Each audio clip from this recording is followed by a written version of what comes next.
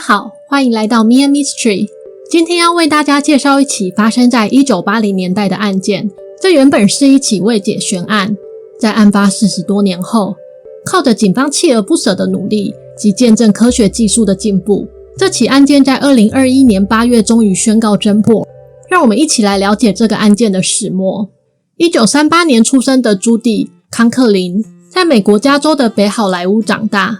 他19岁那年，在一场相亲活动中遇到了在新港滩担任救生员的弗雷德·内斯比特，两个人一见钟情，很快的就坠入爱河，在交往了1年后便结婚了。两个人的婚后生活幸福美满，陆续生了4个小孩。一家人在1972年搬到城县的尔湾，弗雷德在一间公司做销售副理，朱蒂则当起了家庭主妇，全心全意的照顾孩子和家庭，一家人和乐融融。他们住家附近有许多漂亮的海滩，一家人也喜欢到海边玩乐。他们买了一艘游艇幸福号，幸福号被朱蒂一家当作第二个家。平常周末的时候，一家人也喜欢驾着幸福号一起出游，海上钓鱼等等。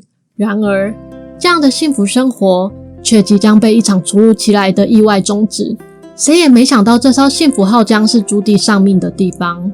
1980年11月26日，这年朱蒂42岁，这天正好是感恩节的前一天。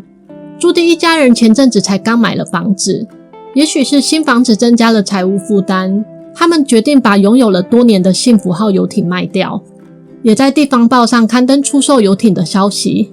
这天早上9点半左右，朱蒂接到一通电话，一位男子说看到了他们刊登的广告，想要约个时间看看他们想要出售的游艇。朱蒂便和那位男子约下午1点在新港滩的码头见面。在将近下午1点时，朱蒂来到了码头，在码头和男子打招呼后，两人便一起走上了游艇。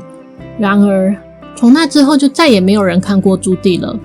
这天晚上6点半左右，丈夫弗雷德回到家，没看到妻子，还以为妻子还在外面采买，为感恩节大餐做准备。时间来到晚上7点，弗雷德因为迟迟等不到妻子的归来，决定开车前往码头寻找，想看看妻子是不是在游艇上。他走进游艇，一切看起来都很正常。不过当他走到游艇前方的卧室中时，他吓得大叫。他看见妻子脑部中弹，满身是血的倒在地上。医护人员很快的赶到，不过这时的朱蒂早就没了气息。在对朱蒂的遗体进行验尸后，朱蒂的头部有被重物敲击3次的痕迹，且房间内有打斗过的迹象。显然在被枪击中前，朱蒂和凶手有过一番扭打。头部致命的枪伤是被近距离射击，而武器是一把小口径的枪。现场遗失的物品只有朱蒂的信用卡、支票簿，还有一点点的现金。游艇没有被洗劫，感觉凶手是临时起意拿走那些东西的。警方相信动机不是抢劫，而朱蒂的遗体没有被性侵的痕迹。警方找不到凶手杀害朱蒂的动机，推测是朱蒂和凶手在看游艇的过程中发生了口角，进而引发的杀机。警方立刻对附近的居民进行查访，有几位民众表示有看到那位朱蒂约看船的嫌疑人，且其中一位叫做露丝·米尔斯的太太曾经近距离的看过那位嫌疑人。露丝太太的游艇和朱蒂家的游艇幸福号离得并不是很远。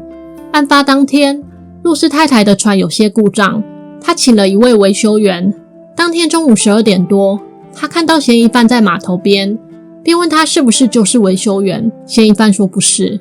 接着露丝太太看到嫌疑犯和朱蒂打招呼，并一起到了朱蒂的船上。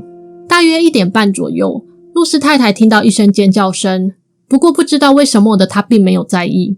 几分钟后，她又听到了好几声尖叫声，并且听到一声像是枪响的声音。她跑到船外查看，也看到有其他人在船外查看。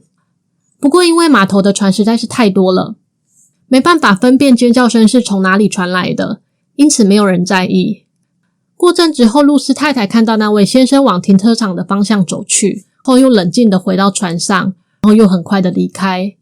警方针对露丝太太的描述画出了嫌疑人的长相，是一位看起来大约30到35岁的白人男子，戴着飞行员的墨镜，穿着棕褐色夹克和咖啡色的裤子，棕色的短发梳理整齐，中等身材。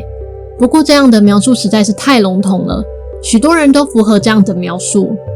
在警方公布嫌疑人的画像后，警方收到了大量的线报，不过很可惜的是，并没有一条可靠的情报。警方也对游艇上进行搜证，在游艇上采集到许多不同的指纹，不过很可惜的是，在案发前不久，朱蒂的其中一个孩子才在游艇上开过派对，因此指纹的采集对于案件的进展没有太多的帮助。另外，警方在卧室中找到了一根棕色的头发，推断就是属于犯人的。很可惜的是，当时的 DNA 技术有限，无法从中得到太多的资讯。由于现场的人证物证实在是太少，警方于是对朱蒂一家人的交友背景及丈夫弗雷德生意上往来的对象做调查。不过朱蒂一家人背景单纯，待人和善，并没有和任何人交恶。警方接着查阅其他相似的案件，和船相关的案件、性侵犯等等，不过都一无所获。警方曾经锁定一位在旧金山犯下好几起强奸罪的男子，他假装要买船，强暴了好几位带他看船的女子，不过并没有一名女子被杀害。这名男子在朱蒂被杀害这天，他的人并不在新港滩，且有不在场证明。到这里，警方实在是想不出任何的办法了。当时在呈现有200多起的未解谋杀案，但很少有像朱蒂的案子这样让警方毫无头绪的，从来没有人因为这起案件被捕。在没有任何新线索的情况下，朱蒂的案子就这么变成了一起悬案。这几十年来，警方从未放弃追捕杀害朱蒂的凶手。那根犯人的头发被当作证物保留了下来。随着科技进步，在2002年，警方从当年在现场采集到的犯人的头发发根提取了 DNA， 并在 FBI 的资料库建档。很可惜，当时这个 DNA 并不符合任何居民的档案。2018年，在一个实验室的协助下，从那根头发上提取了更多的 DNA 资讯。警方接着利用遗传系谱学技术，这是一种应用遗传学来研究传统的家谱学，能够利用 DNA 的分析来建立个体之间的系谱关系。这是美国史上首次使用这种 DNA 提取技术来识别谋杀案的犯人。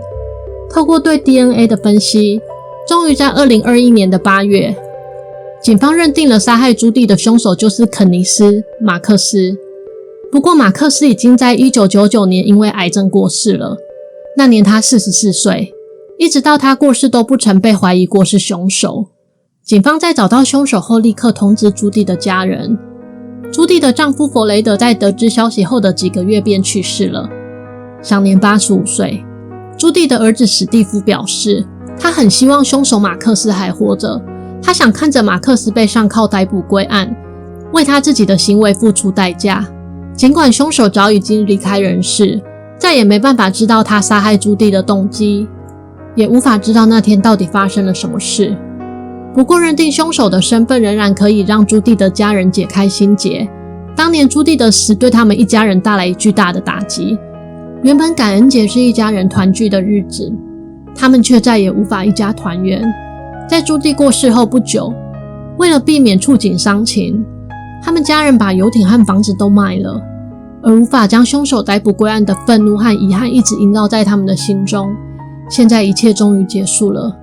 随着科技的进步，期待能有越来越多的悬案被破解，将凶手绳之以法，还给受害者公道，也让受害者的家人解开心结。如果你喜欢今天的影片，欢迎帮我按赞、订阅、开启小铃铛。我们下次见。